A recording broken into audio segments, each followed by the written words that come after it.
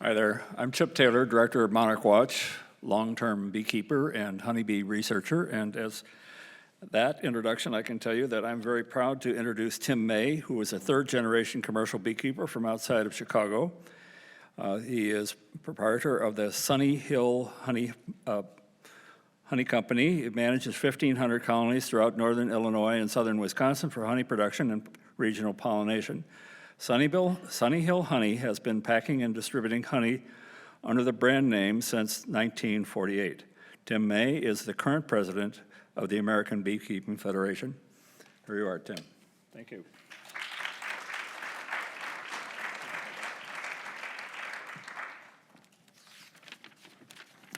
Good morning. I'd like to just start off by thanking Lori for inviting me to speak today. This is my third NAPPC, and I really appreciate being here, and also to Kelly for really organizing everything and doing all the legwork on things. I'd also like to give a big thanks to all the researchers, whether you're a government researcher or a university researcher. From our industry's perspective, you are so important at this point to us.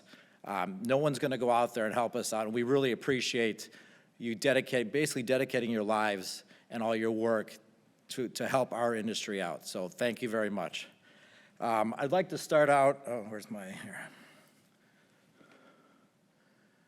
Okay, I'm going to start out with a little kind of a backdrop on how beekeeping has changed throughout the years. It's with all the problems we have now. We started out back this is actually a picture of one of my family's bee yards back in the mid-50s. This is what they looked like back then. You can see we couldn't afford a big truck. We just had a station wagon with a trailer, which was very sketchy moving things around at that time.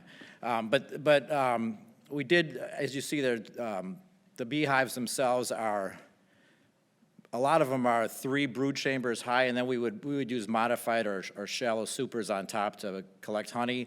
But those brood chambers, the 3 brood chambers would remain, this is back in the 50s, 60s, even up to the 70s, would remain year-round. So the bees nowadays, commercial beekeepers are leaving their colonies in singles or 1.5 stories or 2 stories brood chambers throughout the year. So back then, I don't know if this is part of how help bees out, but we had a tremendous amount of honey coming in, and we would leave most of the honey, a lot of the honey on the colony. So that 3rd brood chamber on top there was full of probably 50 pounds of honey that would remain through the winter.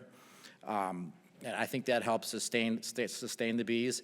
And just another thing that has changed a little bit too, or actually has come back. This is actually a picture taken on the corner of Higgins and Mannheim outside of Chicago, right near O'Hare Airport, believe it or not, back in about the mid-50s.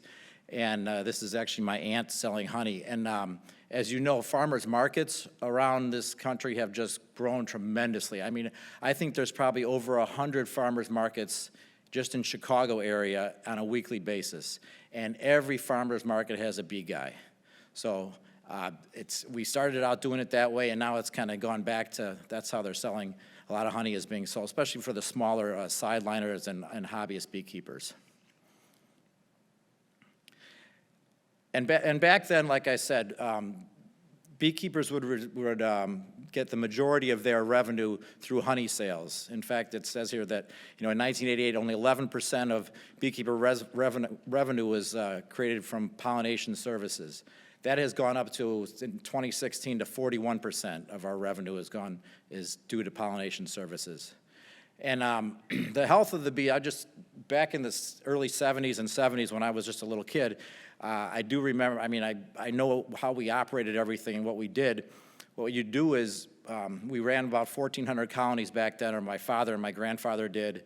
And my father had not a full-time job in the winter. He was a union tile setter in Chicago, and would go back to work in October and then quit in March just so he could stay in the union and do his beekeeping things from April till October. And all we did back then was you take off the honey in August and September, you'd basically take it off and walk away. We'd give them a little powder of terramycin to keep control of the foul brood if there was any foul brood in the area, and then you come back in April and your bees were booming.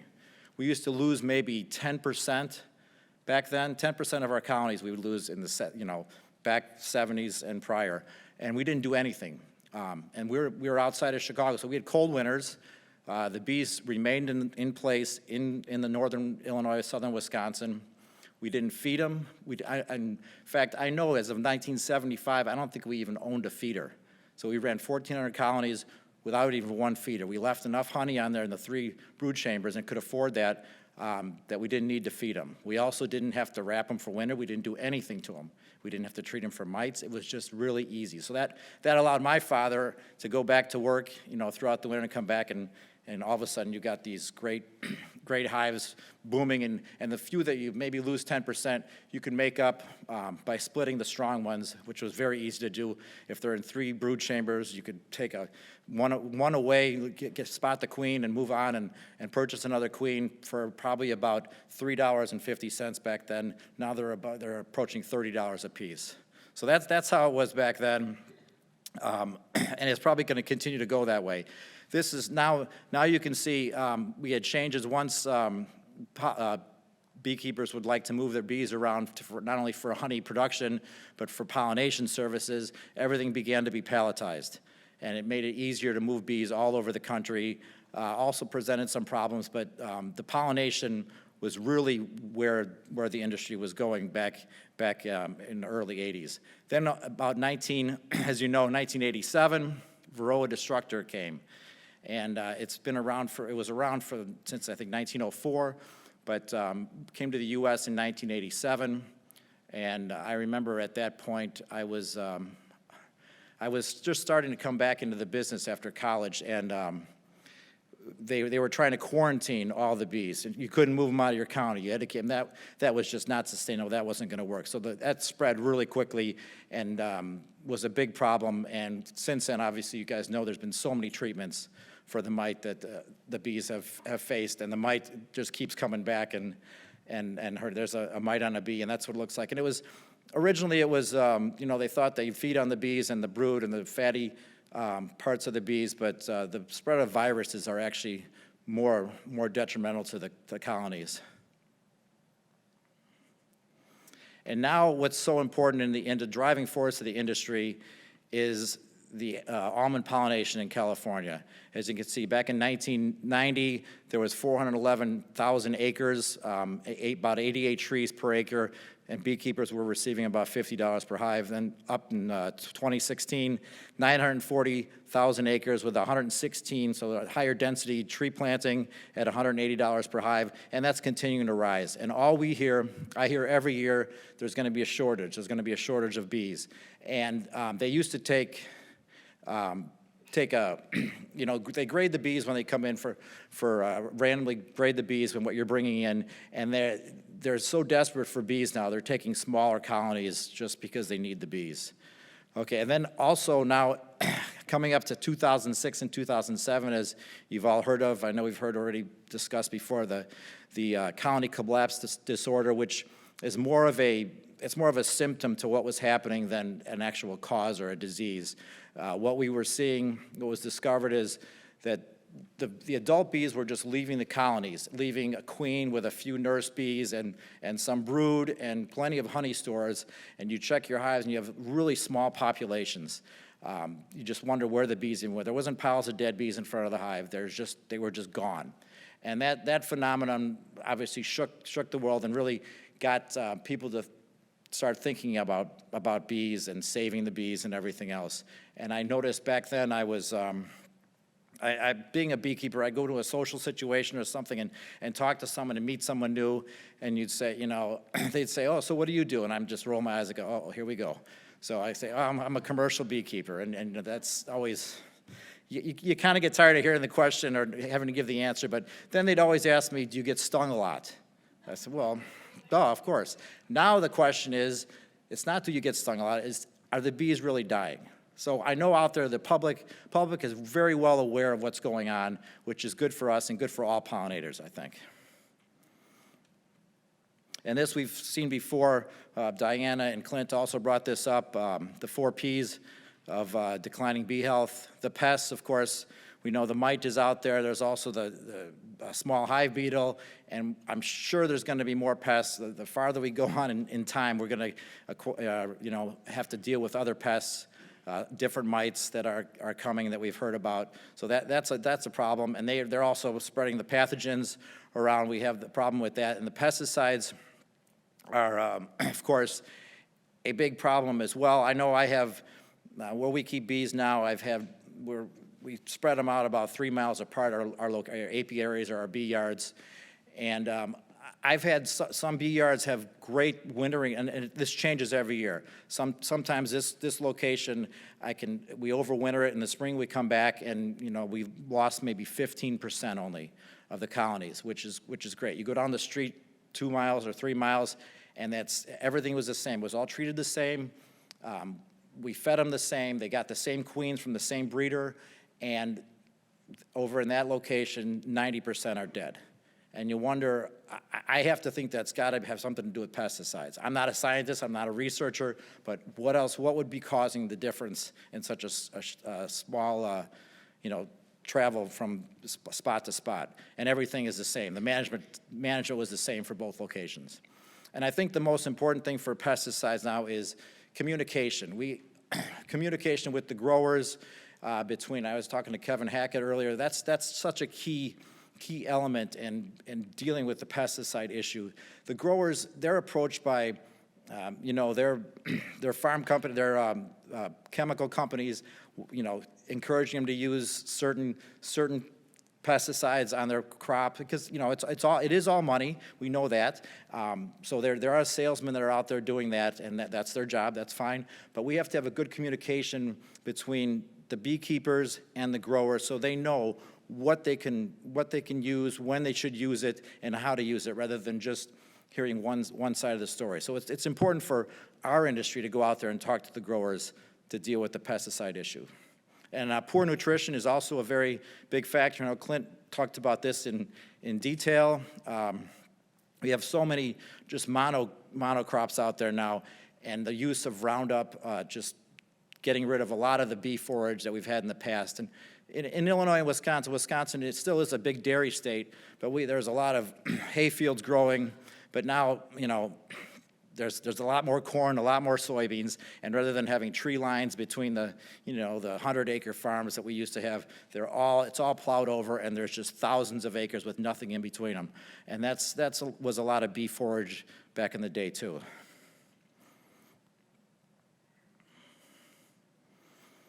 Bee losses. We are still, no matter what, we're still having a lot of annual losses. And according to this graph, you can see we used to just look for winter loss, but the annual loss is becoming more and more important. We seem to lose colonies throughout. Every time I go to a bee yard, if they start out with 36 colonies, every time you go in there, you got 1 or 2 more that have died. And this is in the summer months. We've gone out, and in May we put three supers on. The colony looks great. You put 3 supers on. You come back in August, it's completely empty. What happened? All of a sudden there's nothing there. So and the USDA, they stopped the NASS survey there briefly, just for 1 quarter, and it's back on, which is very important. I know it's a real difficult survey to answer for commercial beekeepers. They ask you how many of your hives perished because of the varroa mite, how many perished because of pesticides. I only have 1,500 colonies. These other beekeepers that have 20,000, how are they supposed to know that? But I still think it gives you at least the number of living colonies up and down. And the reason also, I know they say the population of bee colonies is about the same now. It's steady, which the reason for that is, once again, the growth of the almond pollination and the money involved in that beekeepers are going out, they're splitting their hives in half. They bring them down south, they split them in half and make sure that they have enough bees in each to make grade when they go to the almonds. They bring them to the almonds. So being an insect, you can reproduce these bees quickly. It takes a lot of work and it takes time. It also, I think, reduces the colony strength at some point, and eventually will, come back to bite us, I think, because we keep shrinking the colony. But that's why the actual population of colonies seems about, steady. It's not, we're still losing that many. And if it was chickens or cattle that we were losing at 40%, there would be a big concern out there. Okay, and also for our industry, what's really increased, and this started about probably back in 2006 when the colony collapse disorder, when we got out into the public and people realized, the bees were dying, we heard that, save the bees, it got a lot more people interested in beekeeping. And so there's a huge influx of small-scale beekeepers that are hobbyists that put them in their backyards. And there's tons of local clubs. I mean, just in the Chicago area, there's 8 local clubs.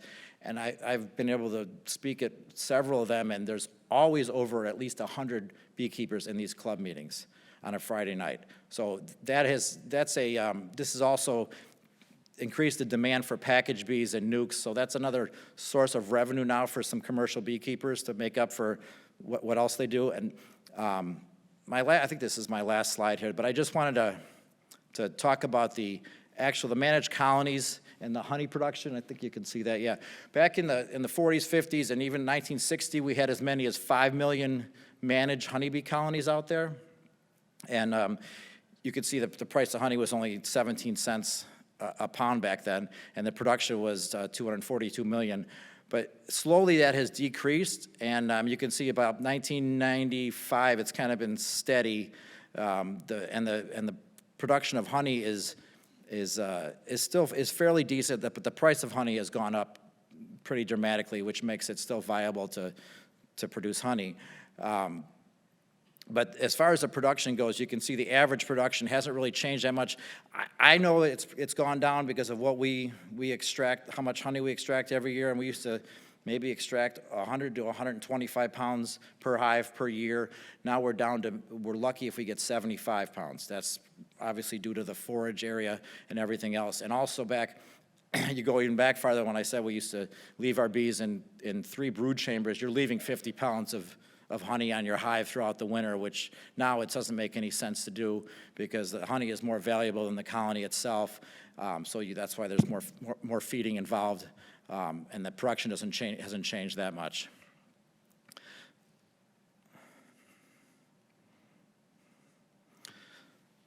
Oh, and let me go back to that. And another point I just wanted to make, I know there's been some talk and some studies that the bees managed honeybees are over-competing with the native bugs and native bees and other pollinators. And as you can see, like I said, in 1960, we had 5 million colonies in the U.S., managed colonies, and now we have about 2.7 million. So I don't think it's personally, I'm biased, of course, but I don't think our problem is necessarily too many managed honeybee colonies. I think our problem is lack of forage. And that's something that's got to be worked on more than, it's obviously not we all of a sudden, since the almond pollination, we have so many more honeybees around here. No, our amount of honeybee colonies has dramatically dropped. It's half of what it used to be. And of those colonies, I can tell you, I used to have colonies with 80 to 90,000 bees in them. Now your colonies are about 50 to 60,000 bees. So not only are the amount of colonies down, but the amount of bees in those colonies are also a lot less than they used to be. So my conclusion is that pollination has become the driving force behind the commercial beekeeping industry. As we know, not only do they almonds is the huge factor involved, but there's also many guys bring from almonds to apples to cranberries. They move them all around, and the honey production is sometimes just some people say it's kind of just gets in the way of them moving their bees around, but that's not always the case. The demand and price for honey is still strong, and especially domestic honey. I know we pack all of our honey ourselves, and we're marketed in Chicago, and I compete against a lot of imported honey that's half the price of my honey on the shelves, and we're still doing very well, and the demand for local honey is still tremendous. So that is still an option for some beekeepers. I know Kim Flaughton last year had explained that the beekeeping industry should just go right to just producing bees. That's all we should do is produce, which he's got a point. Financially, that might be for most beekeepers that can make sense. But just so you know, we can still make some money on honey production. And also within the increase of small-scale and hobbyist beekeepers, the sale of package bees, nukes, and queens has become another substantial revenue source for commercial beekeepers, especially the ones in the South that are, and in California. There's so many more package bees going out, like I said earlier, to these hobbyists. There's thousands and thousands, and so a lot of guys are moving their bees down south, splitting them early, making packages, coming out of almonds. So there's still a way to. I don't think we're getting rich, but we're able to survive at this point. The other thing is the honeybee health still remains a major problem, like I said, throughout the industry, with the annual losses are 40% or above, which is not sustainable. No matter what the numbers say, that we're just constant as far as our colony numbers, the losses are just very difficult to maintain. And the important thing is, if the bees are all dying, if we're losing 40% of the bees, we're like the canary in the coal mine here. What does that do in our health? We just don't know yet. Or other insects, other animals out there, who knows? So it's still very important. Like I said before, I really appreciate all the researchers and what they are doing and continue to do to dedicate themselves to our industry and the bees themselves. So thank you very much. I appreciate it.